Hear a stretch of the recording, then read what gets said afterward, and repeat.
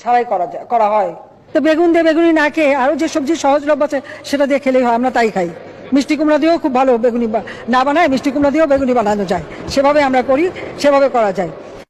অনেকেই কিন্তু মাংস খেতে চায় না, মাংসের পরিবর্তে এখন কাঁঠাল, এবং এই কাঁচা কাঁঠাল, এই কাঁঠালের কাবাব হয়, কাঁঠালের বার্গার হয়।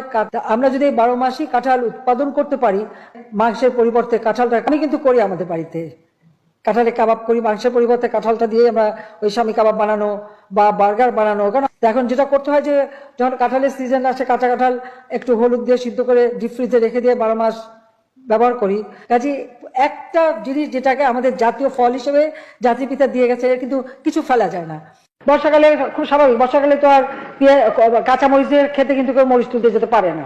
সবাইকে আহ্বান করে এখন থেকে কাঁচামরিচ কিনে রোদে শুকায় রেখে দেন, বর্ষাকালে যখন দাম বাড়বে ওটা কিছু একটু পানিতে রাখলে কিন্তু আবার তাজা হয়ে যায়, আবার রান্না করে খাওয়া যায়।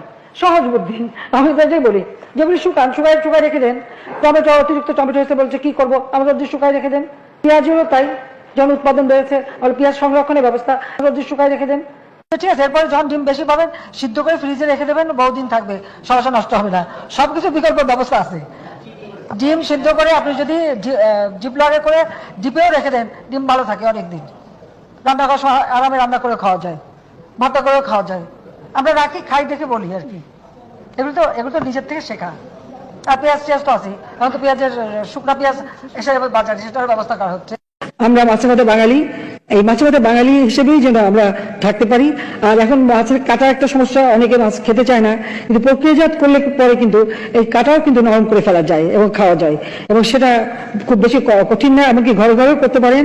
আপনারা যদি প্রেশার কুকারে মাছ 1 ঘন্টা 10 মিনিট সিদ্ধ করেন, মাছের কিন্তু কাটা নরম হয়ে যায়, মাছ মাছের মতনই থাকবে কিন্তু কাটা নরম হয়ে যাবে, এবং আপনারা সেটা বাচ্চাদেরও খাওয়াতে পারবেন, এতে কোনো অসুবিধা হয় না।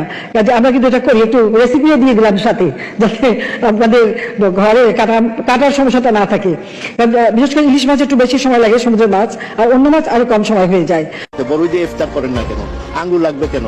আপেল লাগবে কেন? আর কিছু নাই আমাদের দেশে? বড়ই দিয়ে ইফতার করেন না কেন? আঙ্গুর লাগবে কেন? আপেল লাগবে কেন? আর কিছু নাই আমাদের দেশে? বলেই দিয়েছে মাননীয় প্রধানমন্ত্রী, দরকার নাই। এই যে অবস্থা বুঝে পাবো, আমি বড়ই দিয়ে ইফতারি করবো আর তুই খেজুর আর আঙ্গুর খাবি। সব ছেড়ে দেবো, খেজুর আর আঙ্গুরের আমদানি সিদ্ধ কর, কর নিষিদ্ধ। আমরা সেই দিক থেকে খুব ভালো অবস্থানে আছি। আমরা তো সুখে আছি, ব্যস্ত বলতে হবে।